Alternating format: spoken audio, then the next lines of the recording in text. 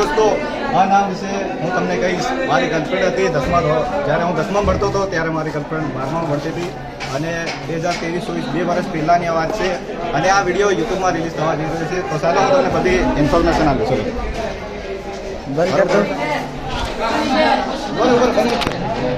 આજે 10 માં હું અહીંયા બેસતો હતો. ચાલો જગ્યા પર બતાવી